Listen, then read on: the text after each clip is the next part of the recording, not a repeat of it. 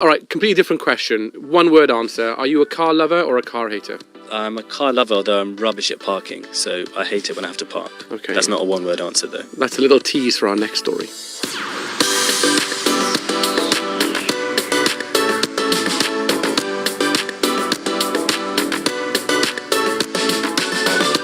Okay, and now introducing Star World Hacks video journalist Dougal Shaw. Muckle, clear your mind for a second of goats, and let me ask you a personal question. Okay. Do you consider yourself a good driver? Well, I think I drive all right, although I'm sure certain, shall we say, backseat drivers that I know would not agree. I've been there as well. Look, I have to admit, I hadn't really questioned my own driving skills, at least not since I took my driving test a long time ago, until this assignment. The story here is about a box you can fit on your car's dashboard, and it will give you instructions to make you burn less fuel as you drive. It costs about £150, so that's about $190. And the big idea is this.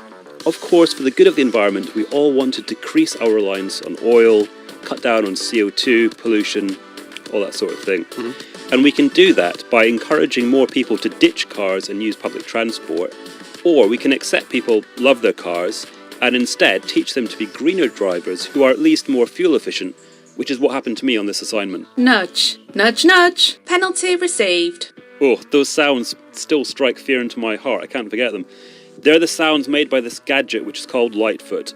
And I didn't realise this, but it's been standard for about a decade now for cars to have a socket near the steering wheel, which can give you live information, called telematics, from the engine. So this gadget plugs into that, then becomes a kind of bossy sat-nav, telling you how to drive in a smooth way that your engine likes.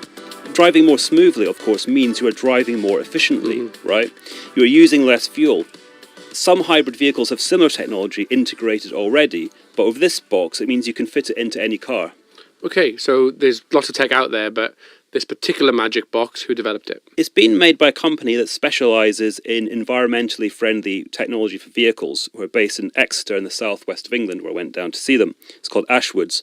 The box is basically coaching you to be a cheaper driver, using less fuel, but also safer, because if you think about it, it's punishing harsh acceleration, like taking off too quickly from a junction, which is exactly what I found out when I tried it out. Right. I went for a spin with the CEO, who's called Mark Roberts. So I'm going a bit fast. Oh, it's told me something there. Nudge. Yeah. It's nudging me to slow down. And you've done exactly that. Yeah. I'm turning left here, is that okay? That's fine, yeah.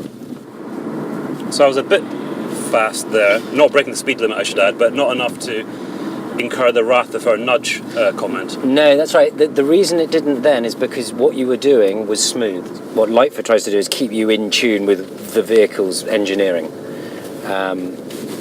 Nudge. No, I was a bit surprised to get a nudge there. What had I done wrong? Well, you'd accelerated a little bit too hard away from a stationary event, which was the roundabout. And what you find, actually, is after a week of driving to Lightfoot, you don't hear the nudges. They don't happen anymore because you've second-guessed it. A bit like when you get in the car and put your seatbelt on. You don't wait for it to beep at you anymore. You're so used to it that actually it's the first thing you do. Okay, so this is me driving my absolute best behaviour, top of my game. Nudge. Hey, what was that nudge for? Again, it was harsher than expected acceleration. I was chatting to you, so I got a nudge. But that's good. That's fine because that won't affect your score much because you're going to improve. But brilliantly, that is a classic example of why it works. Because most of the time, people are driving. They're not thinking about driving. They're chatting. It reminds you what you're doing, doesn't it? I was immediately thinking as well. That's going to harm my points. So it does tap into that competitive streak we'd have. Yeah. Journey score 86%. Outstanding driving. 86% I heard outstanding. Don't worry about that. All right, Dougal, so don't boast, no boasting allowed. What is this score system? Well, I don't need to boast. I'm officially an outstanding driver. Right, yeah. Basically, okay, you can check your score online and even enter league tables with friends, family or colleagues. And the idea, as you can imagine, is it's an incentive to be a better driver. Do you reckon it will change people's driving habits forever? The government body Innovate UK is backing this, so they seem to think it's beneficial technology. As for me, I kind of found it pricked my mental bubble. And what I think is that if you're used to having a human in the passenger seat criticising your driving, but it's easy to brush it off and just say that's nagging.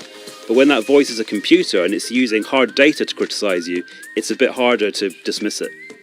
Okay, so now Dougal, you're smoother and greener on the road. Is it possible for you to even be smoother? Well, apparently it is.